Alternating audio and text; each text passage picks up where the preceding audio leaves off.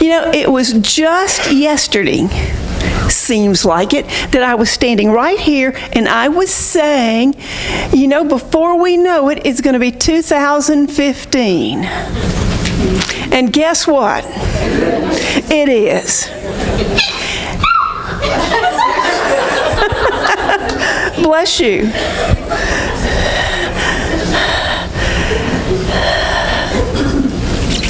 I don't need to tell my joke now, do I? There was a minister who went to dinner at a young couple's house, and the husband and wife were getting things on the table, and the minister was sitting in the living room with the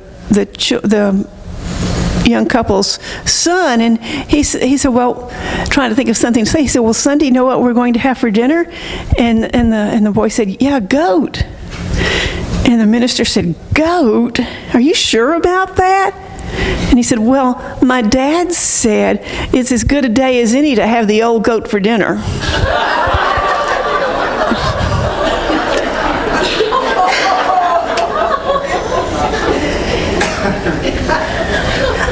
I want to take the pulse of our community. And I'm going to ask you some questions, and I'd like for you to answer them, and no one is taking notes. No one is taking names. We're just trying to get a feel. How many of you feel pretty content or satisfied with your life? Yeah. How many of you taken a prosperity class at Unity of Melbourne? For those of you who haven't, you might notice. How many of you feel like you grew, actually grew in spiritual maturity this year? It's a good thing. How many of you believe that you grew in emotional maturity this year? Wow, y'all are a great group. How many of you consciously choose to come to church on Sunday?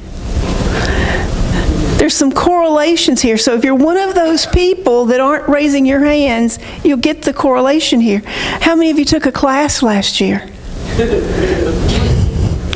Wow. How many of you are planning to take a class next year?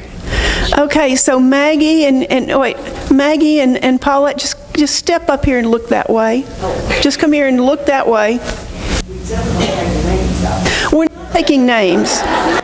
We're not taking names. So if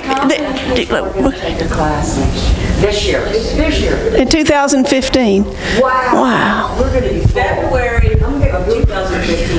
Yes. Well, in February of 2015, we're having SEE here. Yes. And in January, we're doing the 5 principles. In January, we're doing the 5 principles. This is it. This is it. This is it. This is now.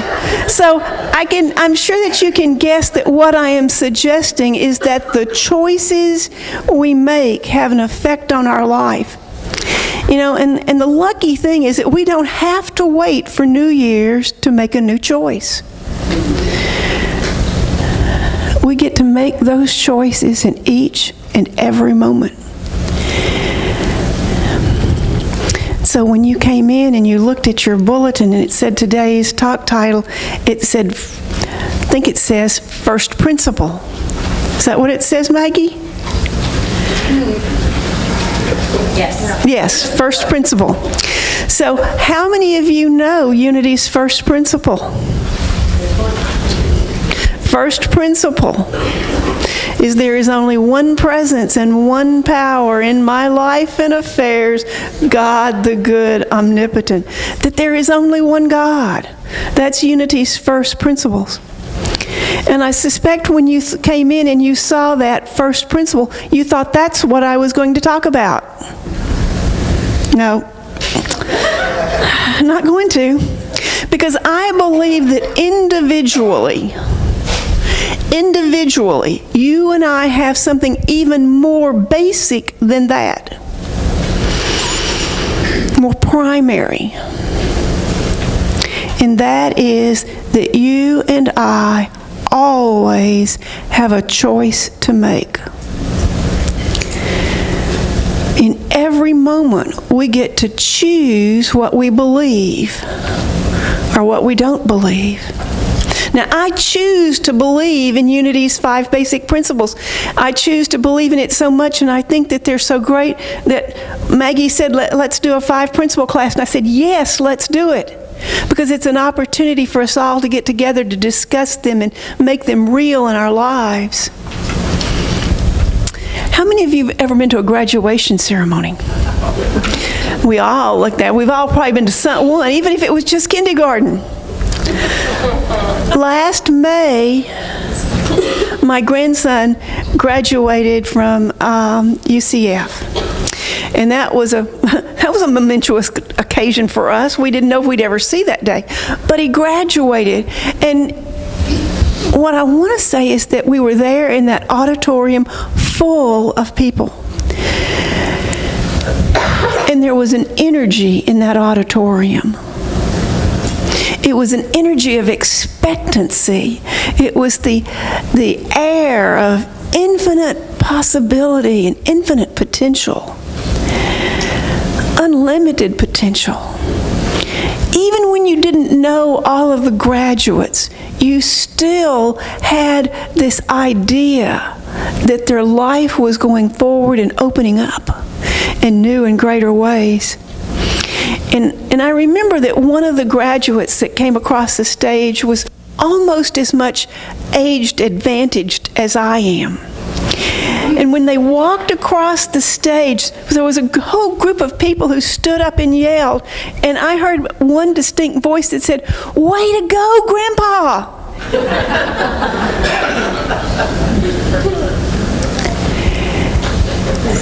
And I knew that here was a dream realized.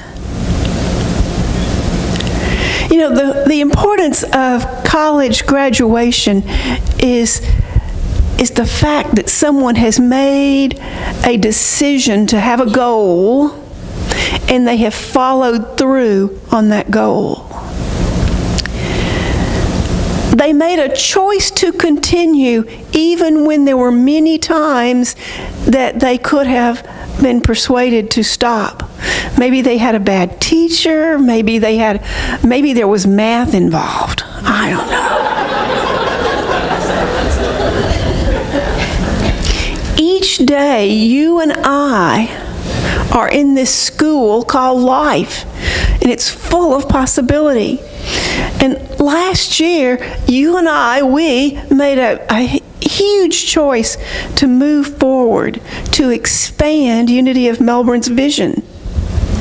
And there have been some obstacles along the way.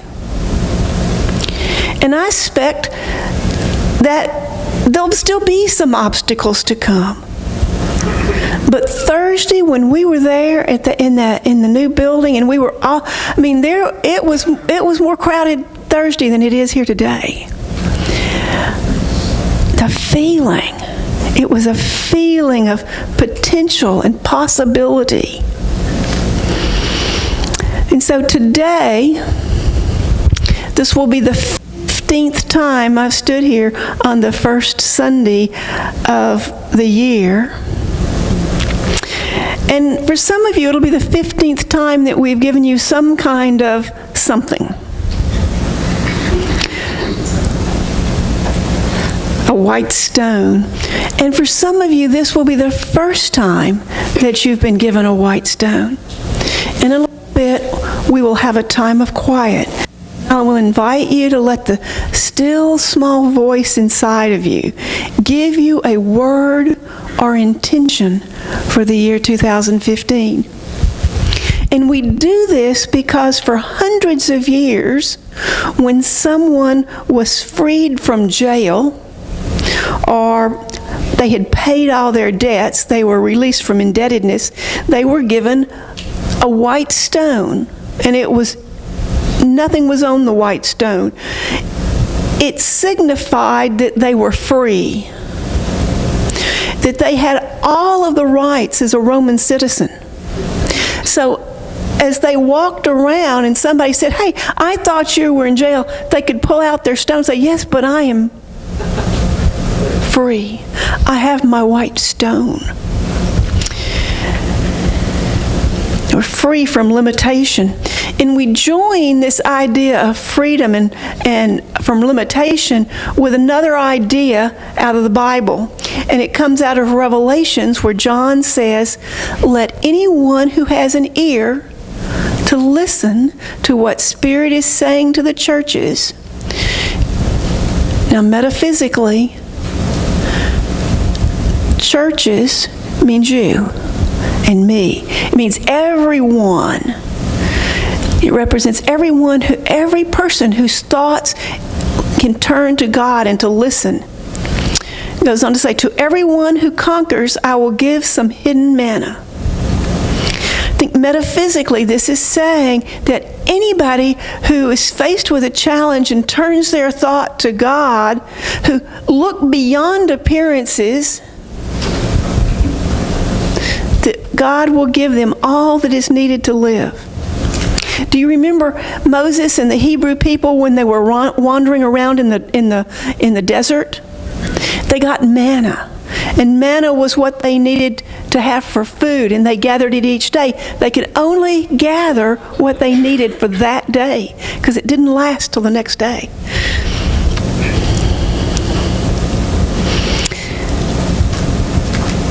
The passage goes on to say, "And I will give a white stone. And on the white stone is written a new name that no one knows except the one who receives it." Metaphysically, I believe this represents what you and I, when you and I have made that connection with God, with the divine, when we make that conscious connection, we get a new name. And that name is given to us by Spirit, by God, what lives within us. It doesn't come from anybody outside. No one else is even aware of that new name or a new nature, the freedom from bondage. When people have overcome and are set free, they get a new name. And names are real significant in the Bible. You know, it always signifies a change in consciousness when somebody has their name changed. Probably the one that most of you are the most familiar with is Saul. Saul persecuted Christians. And he had a 2x4 experience.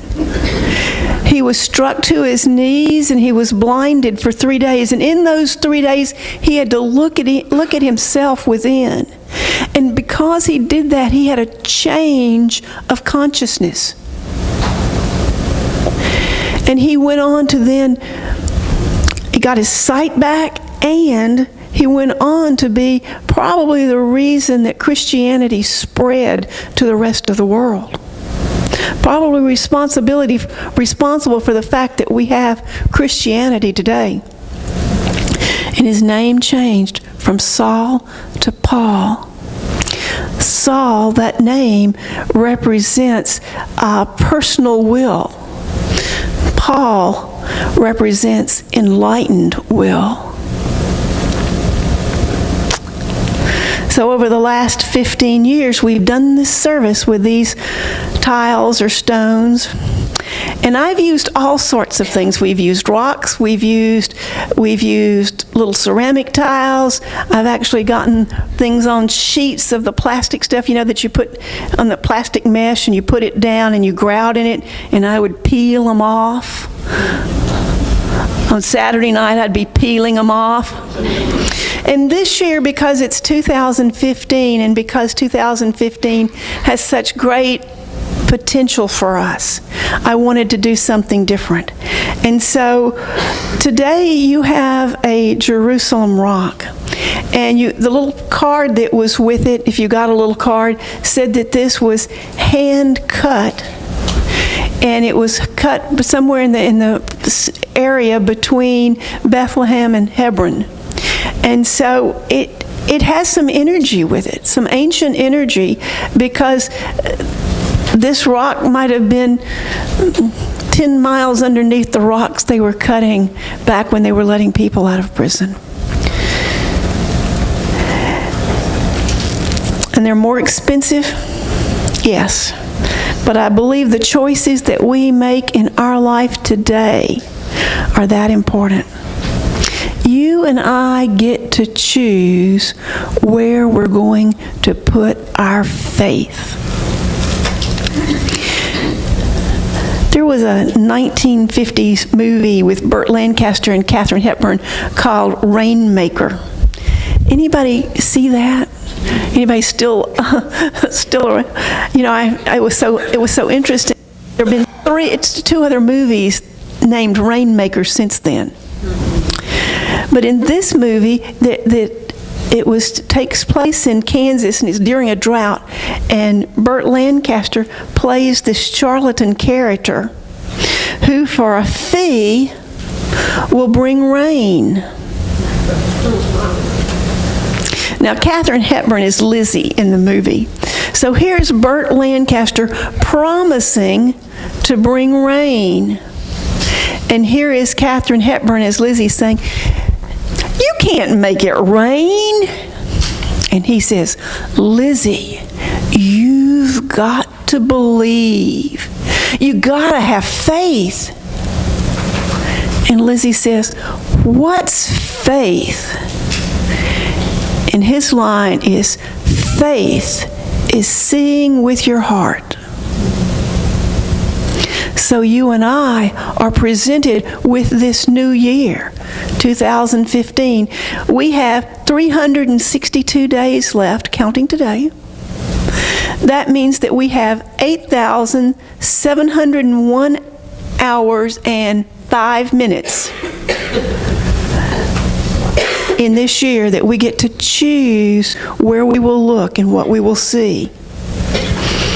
And over the years, I have learned that faith is an energy that draws into our lives what we have faith in. We all have faith. It's just sometimes we place our faith on the wrong things, called worry. Other thing over the years I've learned is that when I do this meditation work, I don't get my word when I'm leading you. So yesterday I spent some time, I read the meditation and I thought about it, and I did some time in the quiet, and I got my word. Now I was not surprised by the word I got, because I've been doing an exercise I've done it 3 or 4 times this year, called Who Have You Come Here to Be?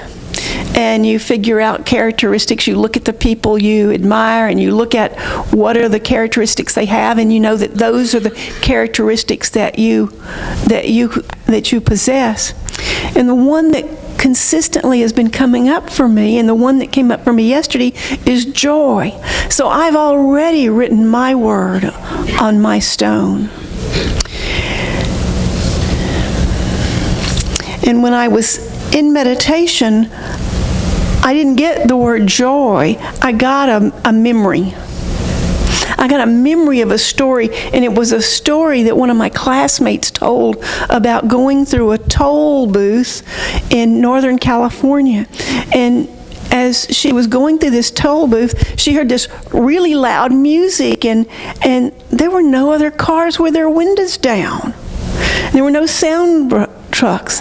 And as she got to the toll booth, she saw that the man was dancing. And she said, "What are you doing?" And he said, "I'm having a party." And she said, "What about the rest of the people looking at the other toll booths?" He said, "What do those look like to you?" And she said, "Well, they look like toll booths. What do they look like to you?" And he said, "They look like vertical coffins." At 8:30 every morning, live people get in, and they die for 8 hours, and at 4:30, like Lazarus from the dead, they reemerge and go home. For 8 hours, their brain is on hold, and they're dead on the job, going through the motions. And this person said, my classmate said, this guy, she was amazed, because he had developed a personal philosophy, a mythology about his job. 16 dead people on the job, and the 17th, in precisely the same situation, figured out a way to live. And she asked him, "Why is it different for you? You're having a good time." And he looked at her and he said, "I know you were going to ask me that." And he said, "I don't understand why anybody would think my job is boring. I have a corner office, glass on all sides. I can see the Golden Gate, San Francisco, and the Berkeley Hills. Half of the Western world vacations here. And I just stroll in every day and practice dancing." That story and the pictures of that story came to my mind. And I could imagine him enjoying life, and I could see him smiling, and it just confirmed for me that my word for this year is joy. So at this moment, I need to ask, does everybody have a white stone?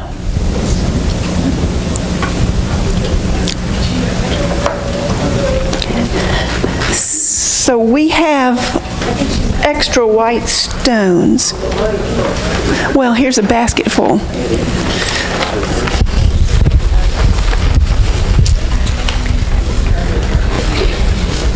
Yeah, but you both need one. And do you have something to write on it with?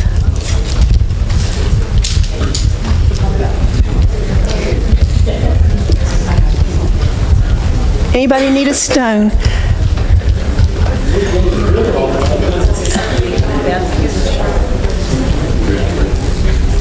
You want a Sharpie?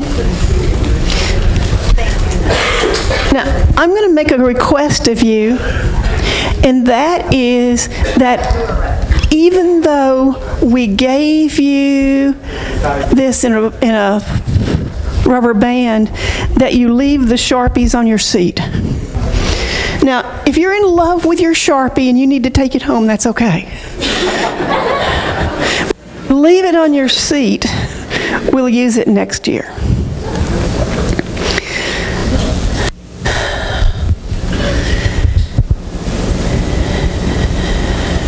And so, Eric, would you put on some meditation music?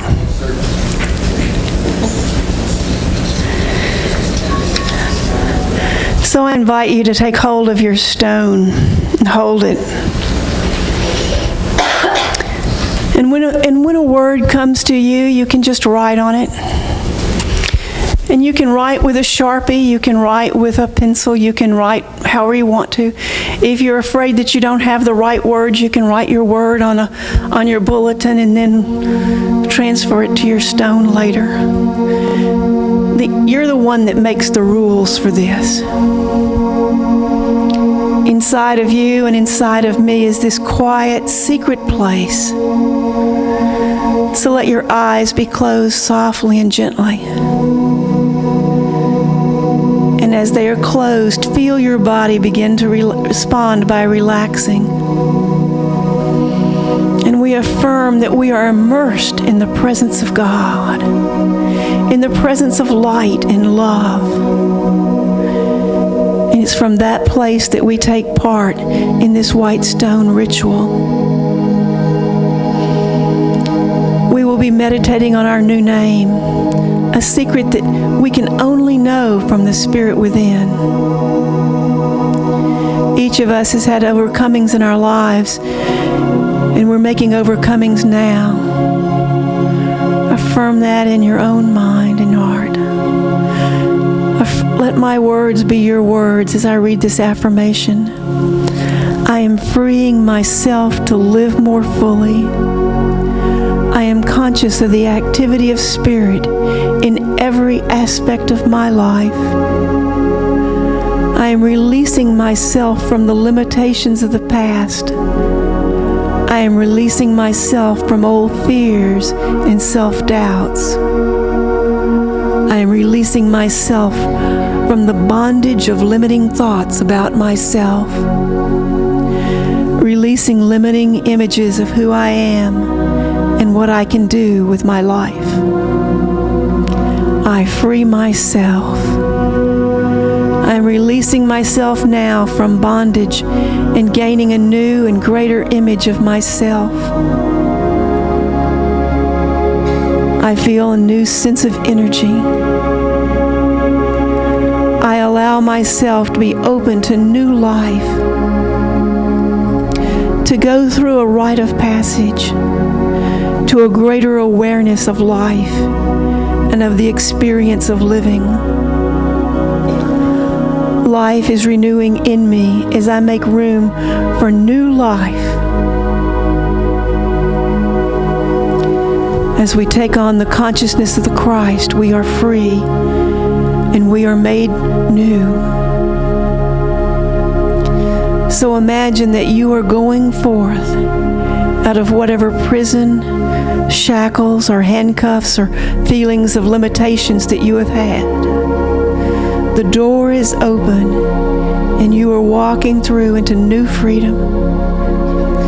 And you are given a white stone, which says you are now free.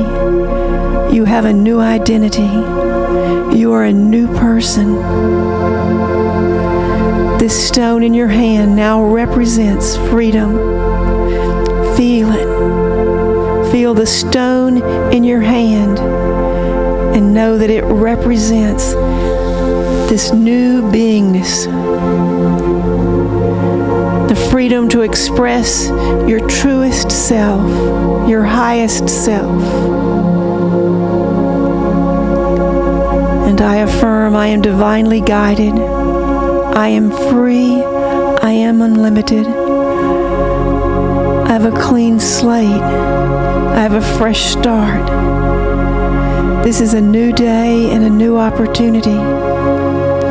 And I am set free to be whatever in life I wish, in the highest knowing of myself. A life of the highest and best, which I deserve and embrace and give thanks for. I create my new life with each thought I hold about myself in my mind. I am creating a new beginning by knowing who I am.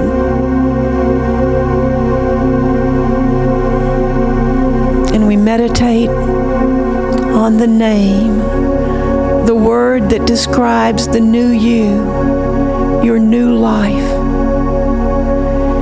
Meditate on your new name. What is the new name that comes to you? Just let it happen. You don't have to try to think it up or make it happen. It's already written in your heart.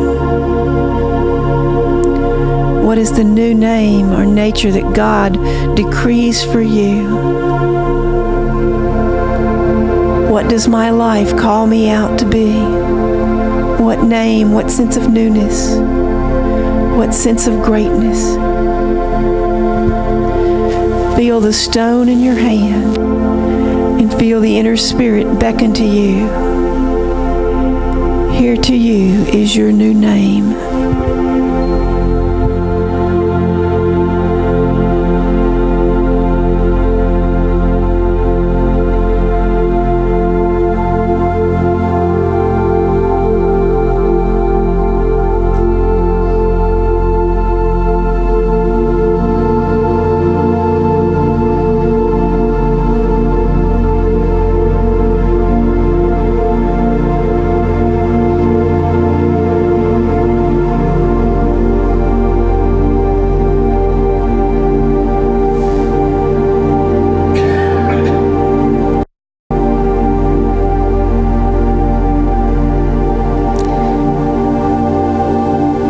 As that word comes to you, take the time to write it on your stone.